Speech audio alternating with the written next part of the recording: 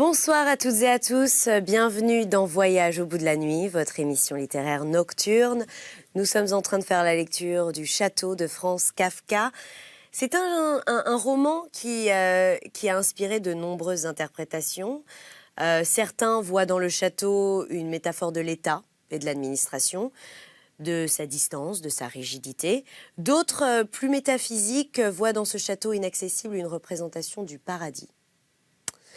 Le personnage se trouvant dans une sorte de purgatoire, où il faut à tout prix passer, c'est tout un cheminement. Donc le labyrinthe bureaucratique du château peut aussi être représenté comme la confusion mentale sans issue, présente en tout être humain. Voilà, vraiment, Kafka ici nous montre une certaine absurdité du monde et en même temps, il met en exergue la puissance et l'arbitraire de l'autorité qui nous plonge en permanence dans une angoisse assez oppressante, hein. Donc voilà, c'est vraiment ce qu'on ressent lors de cette lecture. Là, nous avons entamé le chapitre 3. Alors, ça serait pas mal si je mettais le livre à l'envers, ça serait plus pratique pour la lecture. Je pense que vous êtes d'accord avec moi. Ah oui, à l'endroit, c'est que je l'avais mis à l'envers. Donc, il faudrait que je le mette à l'endroit pour pouvoir lire correctement. Merci. Voilà, nous sommes à la page 81 et donc dans le chapitre 3 intitulé Frida. Vous voulez réagir sur les réseaux sociaux, vous pouvez le faire en utilisant le hashtag VBN. Bonne lecture les amis.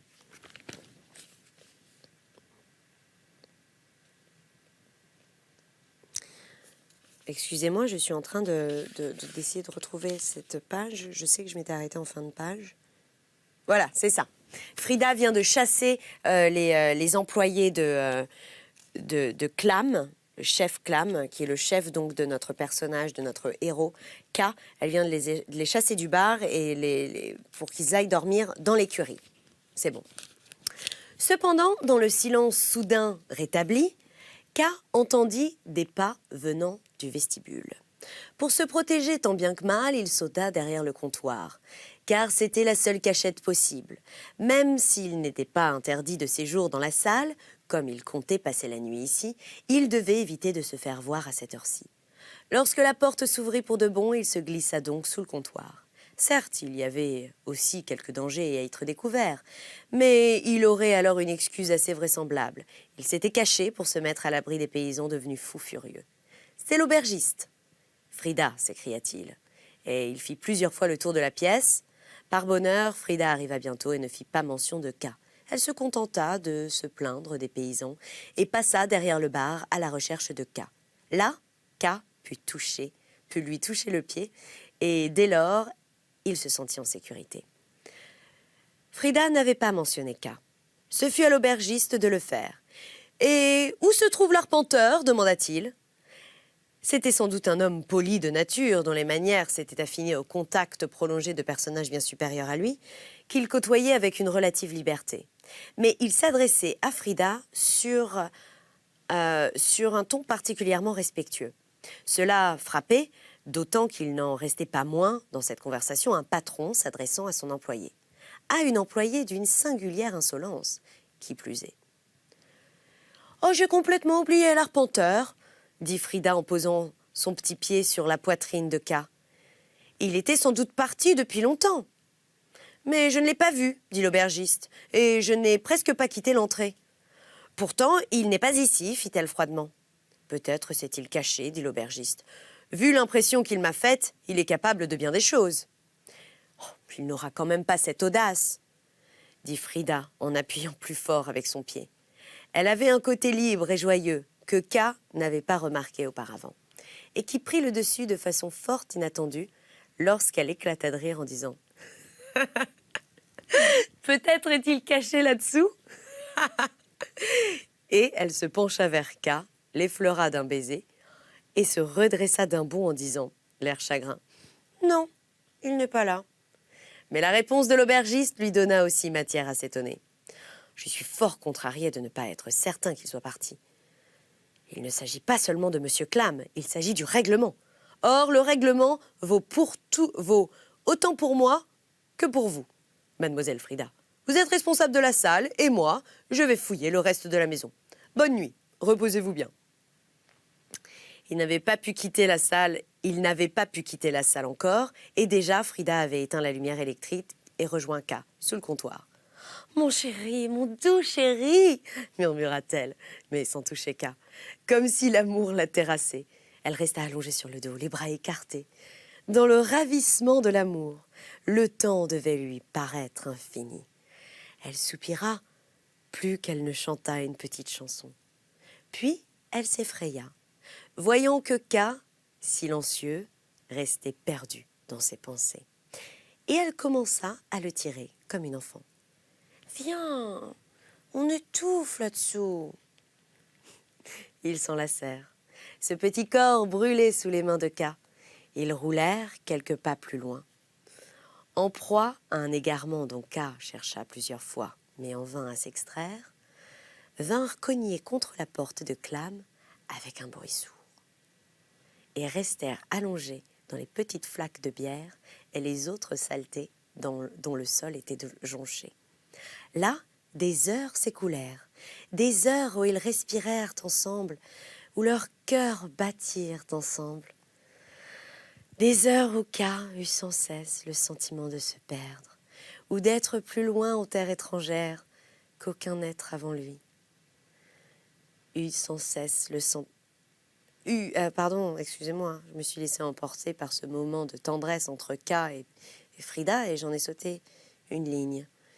Voilà, donc K a ce sentiment de perte. Oups, j'en perds ma boucle d'oreille, vous voyez ? N'importe quoi. Excusez-moi, bon, je vais continuer ma lecture, hein, mais bon, faudrait que j'aille chercher ma boucle d'oreille tout à l'heure. Faudrait que vous me le rappeliez. Bon, je sais pas où c'est. J'irai sur le canapé quand on a fini notre lecture. Voilà. Bon, je vais finir sans boucle d'oreille. C'est un style, c'est une nouvelle tendance que je suis en train de lancer sur Voyage au bout de la nuit. Alors là, pour le coup, j'ai vraiment perdu le texte. Où est-ce qu'on en était ? Il est amoureux, il se sent perdu, il est évadé grâce à ses caresses. Ça y est, j'y suis. Sans cesse le sentiment de se perdre, d'être plus loin en terre étrangère qu'aucun être avant lui, dans un lieu inconnu, où même la composition de l'air ne ressemblait pas à sa terre natale, où l'on ne pouvait qu'étouffer de dépaysement, mais dont les folles séductions vous contraignaient pourtant à avancer toujours plus loin, à vous perdre toujours plus loin. Il n'éprouva donc, au moins tout d'abord, nulle frayeur, mais une impression de réveil rassurant lorsque depuis la chambre de Clam, une voix profonde, à la fois impérieuse et indifférente, appela Frida. « Frida !» lui dit K à l'oreille. Ah non, j'ai cru que c'était Monsieur Clam qui appelait Frida, mais en fait c'est K qui susurre quelque chose à l'oreille de Frida, donc il crie pas comme ça. « Frida !» C'est plus cette version-là. « Frida !» lui dit K à l'oreille, faisant écho à cet appel. Avec une obéissance littéralement innée, Frida allait bondir. Puis, elle se rappela où elle était, s'étira, rit en silence et dit « Mais je n'ai pas l'intention d'y aller. Jamais je n'irai le retrouver. » K voulut s'y opposer. Il voulut la pousser à aller voir Clam. Il se mit à ramasser ce qui restait de son chemisier. Mais il était incapable de dire quoi que ce soit. Il était trop heureux de tenir Frida dans ses bras. Trop heureux. Et trop inquiet aussi. Car il lui semblait que si Frida le quittait, tout ce qu'il possédait le quitterait. Et comme si l'approbation de K lui avait donné de la force, Frida cogna la porte de son poing, serrée en criant « Je suis avec l'arpenteur ! Je suis avec l'arpenteur !» Clam, alors, se tut pour de bon. Mais K se leva, s'agenouilla à côté de Frida et regarda autour de lui dans la morne lumière de l'aube. Que s'était-il passé ? Où étaient ses espérances ? Que pouvait-il attendre de Frida maintenant que tout était trahi ? Au lieu d'avancer avec d'infinies précautions, comme l'exigeait l'importance de l'ennemi et de l'objectif visé, il avait passé la nuit à se vautrer dans les flaques de bière, dont l'odeur à présent lui montait à la tête. « Qu'as-tu fait » murmura-t-il. « Nous sommes tous les deux perdus. » Non, dit Frida, moi seule suis perdue, mais toi, je t'ai gagné. Ne t'inquiète pas. Et regarde donc, comme ils rient tous les deux. Qui ça? Demanda K en se retournant. Ses deux assistants étaient assis sur le comptoir, un peu fatigués par le manque de sommeil, mais joyeux de la joie qu'on éprouve à avoir fidèlement accompli son devoir. « Que venez-vous faire là ?» s'écria K, comme s'il eussent été responsable de tout. Et il chercha des yeux le fouet que Frida tenait la veille au soir. « Nous avons bien été obligés de te chercher, dirent les assistants. Puisque tu n'es pas descendu nous rejoindre dans la salle à manger, nous t'avons cherché chez Barnabas et nous t'avons enfin trouvé ici. Nous avons passé toute la nuit assis ici. Notre service n'est pas facile. J'ai besoin de vous le jour, pas la nuit, dit K. Allez-vous-en. Mais il fait jour maintenant, dirent-ils sans bouger d'un pouce. Il faisait jour, en effet. La porte de la cour s'ouvrit. Les paysans ainsi qu'Olga, que K avait complètement oublié, entrèrent en trombe. Olga avait le même entrain que la veille, fort mal en point, et avant qu'elle ait franchi la porte, ses yeux cherchaient déjà K. « Pourquoi n'es-tu pas rentrée avec moi à la maison ?» dit-elle presque en larmes. « À cause d'une pareille bonne femme ?» dit-elle ensuite, et elle répéta plusieurs fois cette phrase. Frida avait disparu un instant, revint avec un petit baluchon de linge. Olga s'écarta tristement. « Nous pouvons y aller à présent, dit Frida. Il allait de soi qu'elle parlait de l'auberge du pont, où ils devaient se rendre. K et Frida, derrière eux les assistants, tel fut le cortège. Les paysans manifestèrent à Frida un grand mépris, ce qui se comprenait, car elle les avait jusque-là commandés avec sévérité. L'un d'eux prit même un bâton et fit semblant de ne pas vouloir la laisser partir, si elle ne sautait pas par-dessus. Mais elle le chassa d'un simple regard. Dehors dans la neige, K respira un peu. Cette fois, le bonheur d'être à l'air libre rendit supportable la difficulté du chemin. Si K avait été seul, tout serait allé mieux encore.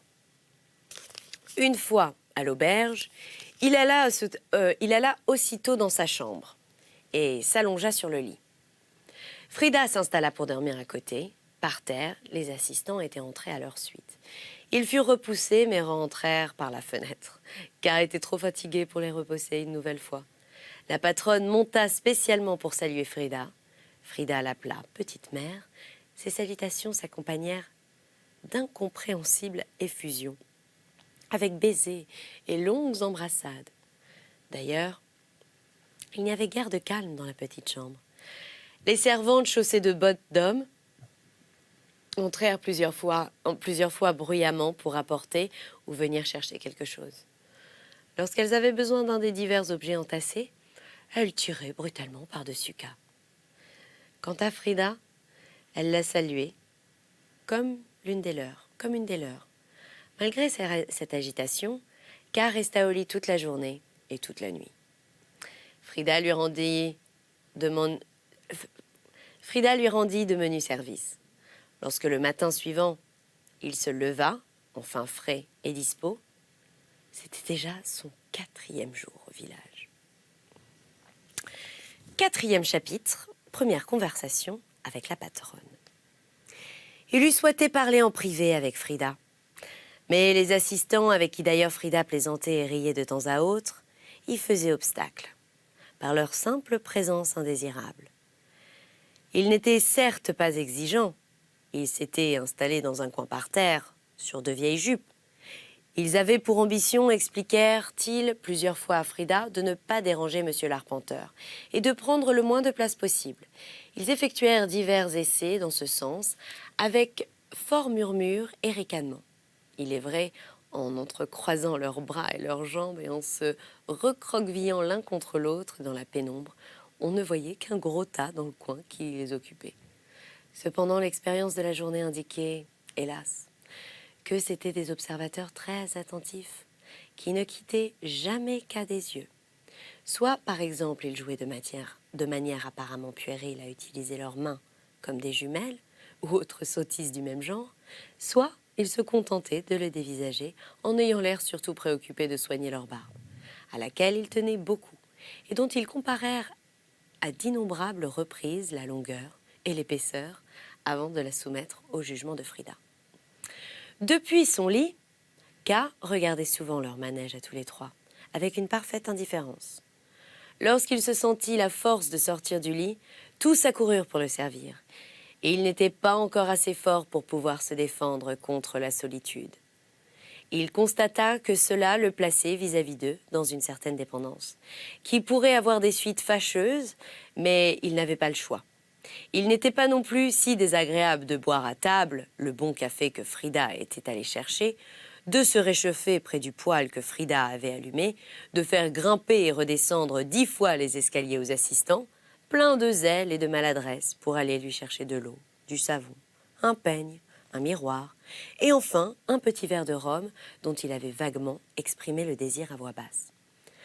Tandis qu'il donnait tous ses ordres et se faisait servir, K leur dit, plus par bonne humeur que dans l'espoir d'obtenir satisfaction. « Maintenant, allez-vous-en, vous deux. Je n'ai plus besoin de rien pour l'instant et je veux parler seul à seul avec mademoiselle Frida. » Et ne laissant pas une franche opposition sur leur visage, il ajouta en guise de compensation, « Ensuite, nous irons tous les trois voir le maire.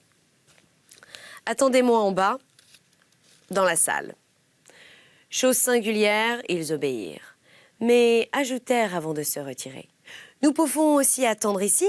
Et K répondit, « Je sais, mais je n'y tiens pas. » K fut agacé et pourtant content, en un certain sens, lorsque Frida, qui s'était assise sur ses genoux aussitôt après le départ des assistants, lui dit « Qu'as-tu contre ces assistants, mon chéri ?